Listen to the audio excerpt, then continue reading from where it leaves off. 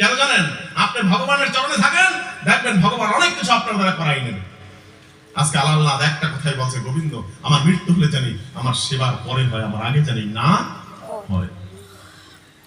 আল্লাহ জাহাজের লবণগুলো বিক্রি করে দিলেন। আল্লাহর পুত্রটি জাহাজের ভিতরে ছিল। মায়াবদ্ধ জীবের নাই কৃষ্ণ স্মৃতি জ্ঞান, পুত্রকে এখন আর ভালোবাসে না। ভালোবাসে কাকে বলেন তো? গোবিন্দকে কেন ভালোবাসে? ভক্তের সঙ্গ করেছে, ভক্তের কৃপায় এখন আর সংসারের মোহমায়ায় তার মধ্যে নাই। যখন ভালোবাসতে লাগলেন, পুত্র ডেকে বলছে, বাবা একটা কথা বলি, কি কোন সাধু জাহাজটা স্পর্শ করার পরে আমি দেখেছি আপনি আর আমাকে ভালোবাসেন না, আর পুত্র বলে ভালোবেসে ডাকেন না কেন, কি হয়েছে?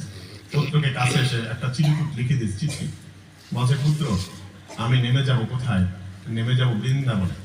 বাবা বৃন্দাবনে নেমে যাবেন কেন? বলছে, এই জগৎ আপন বলতে যদি কেউ থাকে আমি আপনের সন্ধান পেয়ে গেছি। আপন যদি কেউ থাকে আমি আপনের সন্ধান পেয়েছি, আমি আর গৃহে যাব।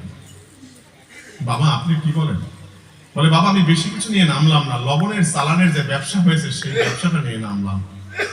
স্থাবর অস্থাবর যাহা কিছু আছে সকল কিছু আমি দান করলাম আমার পুত্রকে, তোমাকে আর তোমার মাকে।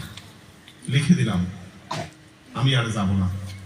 জাহাজ থেকে যখন নেমে যাচ্ছে আল্লাহ কিসের টাকা নিয়ে গেল? কিসের টাকা বলেন তো? লবণের ব্যবসার টাকা নিয়ে গেল, চালান রেখে গেল। জাহাজটা গিয়ে দ্বারকায় পৌঁছালো। দেখেন অবস্থাটা কি। দ্বারকায় যখন পৌঁছালো, তৎকালীন সময় জানাজ থাকতো যে কবে জাহাজ আবার ফিরতে পারে। সবাই আসছে কুররা তাকে নিতে, কিন্তু আল্লাহর পুত্র মনে মনে ভেবেছে, মার কাছে আমি বলবো কি? চিঠিটা নিয়ে চোখের জল ছেড়ে দিয়ে বসে রইলেন। মা জাহাজে উঠে গেলেন। উঠে গিয়ে দেখে কি জানেন? পুত্রটি কাঁদছে চিঠিটা নিয়ে। জিজ্ঞাসা করেছে, পুত্র তোমার বাবা আমাকে ছেড়ে চলে গেল? বলছে, মা বাবা কিন্তু মারা যায়নি। তা বাবা কোথায়? বলে, মা তুমি চিঠিটা পড়ে নাও। চিঠিটা লেখছে কি জানেন? স্থাবর অস্থাবর যাহা কিছু সকল কিছু দান করেছি তোমাকে, আমার বলতে আমি কিছু রাখিনি, শুধু লবণের চালানটা নিয়ে নেমেছি। যদি কাউকে ভালোবাসো জীবনে, তাহলে গোবিন্দকে ভালোবাসো। এই গোবিন্দ ছাড়া জগৎ আপন বলতে কেউ নেই, শুধু একটাই ভালোবাসা।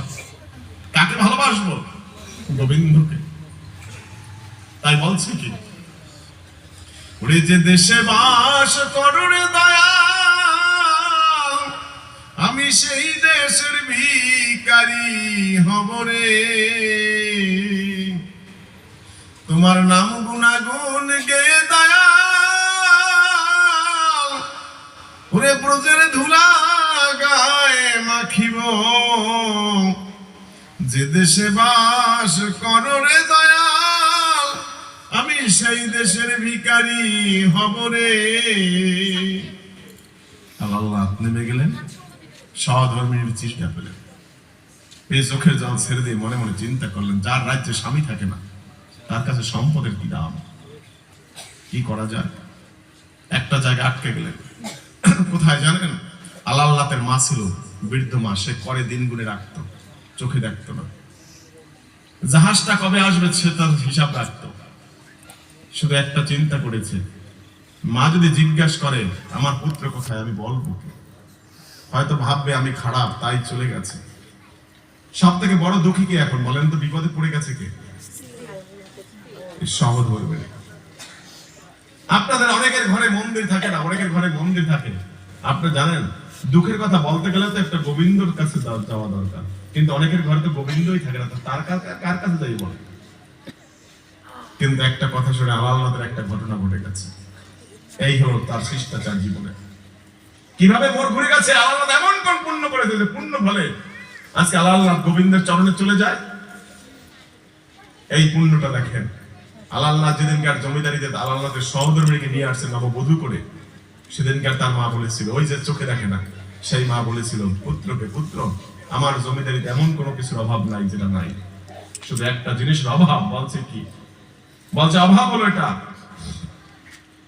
অভাব হলো এটা, একটা গোবিন্দ মন্দির নেই। তাই গোবিন্দ মন্দির করে দিয়েছে প্রাসাদের একদম দরজার সম্মুখে। রাধা মাধবকে বসিয়ে দিয়েছে। পুত্রবধূটি তাও জানতো না যে এর কাছে চাইবো কি। বলছে, মা চাইবো কি? যদি কোনোদিন বিপদে পড়িস মা, গোবিন্দকে সেবা দিস, আর বিপদে পড়লে সেদিনকার তুই কিছু চাইস। এতদিন কিছু চাই নাই কি? আজকে সময় হয়েছে না হয় নাই? গভীর রাত, সবাই ঘুমিয়ে পড়েছে, কেউ সজাগ নাই। তো চিন্তা করলো কি জানেন? মনে মনে চিন্তা করেছে কি করা যায়। সবাই ঘুমিয়ে পড়েছে, দরজাটা বন্ধ। উনি ওখান থেকে নেমে গেছে। কার কাছে যায় আজকে? আল্লাহর সহধর্মী যায় কোথায়? গোবিন্দের কাছে।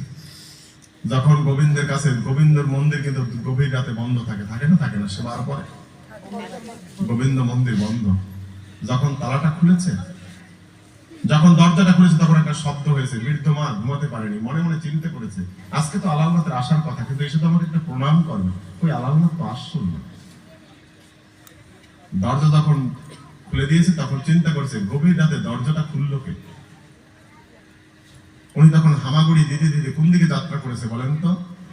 যেদিকে শব্দ হয়েছে সেদিকে। চোখে কিন্তু দেখে না। আল্লাহর সহধর্মিনী দরজাটা খুলে পাথর বিক্রি হয়ে পদ্মের উপরে মাথাটাকে ঠুকছে, আর রক্ত ছিটকে বের হয়ে যাচ্ছে। বলছে গোবিন্দ, কালকে প্রভাত বেলা আমার শাশুড়ি মা শুনতে পাবে আমিও মারা গেছি, আমি আর এই দেহ রাখবো না। শাশুড়ি মা কি করছে বলেন তো? হামাগুড়ি দিতে দিতে ওই পর্যন্ত আসছে আর কাঁদছে।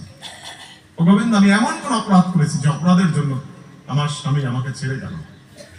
এই জগতে সবাইকে বুঝাতে পারবো, কিন্তু আমার শাশুড়ি মাকে আমি বলবো কি? সব শুনে কে বলেন তো? শাশুড়ি মা। শাশুড়ি মা চোখের জল ছেড়ে দিয়ে বলছে, মা, মাকে একটা কথা শুন। বলছে, বলো মা। তুমি পিছনে আসছো? বলে, হ্যাঁ। পিছনে কি করো? অনেক আগেই আসছে। পাথরের বিগ্রহ তো কথা বলতে পারে না। নেমে গেলেন নিচে।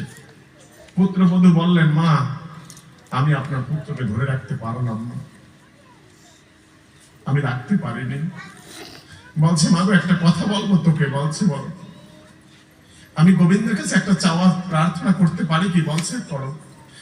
বলছে, আবার যদি আমার জন্ম হয় মা, তোর মতো মার গর্ভে যেন আমার জন্মটা হয়।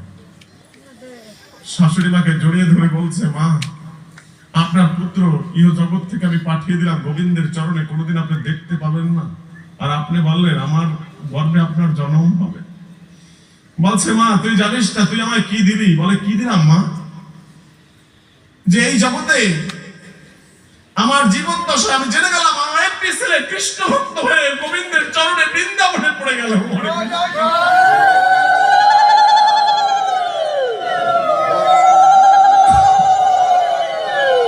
সাধুগুরু বৈষ্ণবের চরণে বৃন্দাবনে চলে যায়, আমি জেনে গেলাম। শাশুড়ি মাকে জড়িয়ে ধরে বলছে, মা,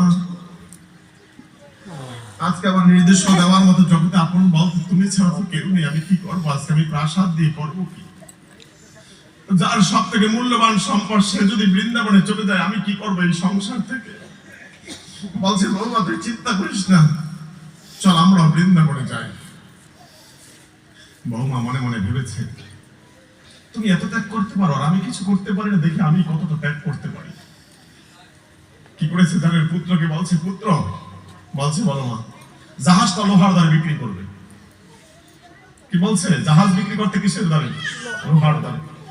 স্থাবর অস্থাবর যাহা কিছু আছে ওই গোবিন্দ মন্দিরের নামে সব দান করে দিয়ে উইল করে দিয়েছে। জাহাজ বিক্রি করে টাকাগুলো নিয়ে যাত্রা করেছে। পুত্রকে বলছে, পুত্র, বলতে পারবে কি কোথায় আমার স্বামী আছে? যাত্রা করেছে, তাই বলছে কি, ওরে হাতে লয়ে ভিক্ষার ঝুলি, স্কন্ধে লয়ে নামা বলি, বলবো তোমার দেশের বুলি, বুলি বুলিয়ে যাব। ওরে জয় রাধে শ্রী রাধে বলে, ওরে জয় রাধে শ্রী রাধে বলে, ব্রজের দ্বারে দ্বারে ভিক্ষা মেগে খাবো। ওরে যে দেশে বাস করো রে দয়াল, আমি সেই দেশের ভিখারি হব রে। ওরে হাতে লয়ে ভিক্ষার ঝুলি, স্কন্ধে লয়ে নামা বলি, বলবো তোমার দেশের বুলি দয়াল বুলি গুলিয়ে যাব ওরে জয় রাধে শ্রী রাধে বলে বুড়জের দাঁড়ে দাঁড়ে ভিক্ষা মেগে খাবো যে দেশে বাস কর রে দয়াল আমি সেই দেশের ভিখারি হব রে। শুনেন, যারা গেছেন বৃন্দাবনে বুঝতে পারবেন, আর যারা জাননি বুঝতে পারবেন না। যদি কেউ কাপড় কিনতে আর চন্দন কিনতে বৃন্দাবনে যান, সে তো বুঝতেই পারবে না, সে তো গেছেন বাণিজ্য করতে। বুঝছেন? আমি অনেক সময় ভক্তদের নিয়ে যাই। এই শেষবারে গেছে ওই 24 পর যেতে পারি। তাই কথাটা বলছে এই যে বৃন্দাবনের ধুলা কারো অঙ্গে যদি একবার লেগে যায়, তার দ্বারা বেশি সংসার করা হয় না, সে কৃষ্ণ পথেই একটু অনুধাবন হয়ে যায়। যদি কেউ যে থাকেন, সুযোগ থাকলে একবার যাইয়েন। এটা নব বৃন্দাবন ধাম। যারা ওখানে যেতে পারবেন না, তারা এই বৃন্দাবনে আসেন। কিন্তু যারা ঘরে থাকেন, ঘর আর বৃন্দাবনে এক জিনিস না। ঘরে গোবিন্দ মন্দির আছে, ওখানে ভক্ত পাবেন না। ওখানে কেউ বলেন আর এখানে ভক্ত আছে। ভক্তের চরণের ধুলা যদি অঙ্গে না থাকে, তাই গোবিন্দের দেখা পাওয়া যায় না। তাই বলছি, ওরে যে বনেতে বাজাও বাঁশি, আমি সেই বনেরই পাশে বসি। ওরে মধুর স্বর কর্ণে পশি, মন প্রাণ বিলিয়ে দেব। মানে আমি ওই বাঁশির শব্দ জানি, হৃদয় আমার বহমান থাকে, আমি শুনতে পারি। তাই বলল কি, যাত্রা করেছে পুত্রবধূ শাশুড়ি মা, পুত্র যাত্রা করেছে কোথায় কোথায়? আলালনাথের আলালনাথ আছে, তার সন্ধানে।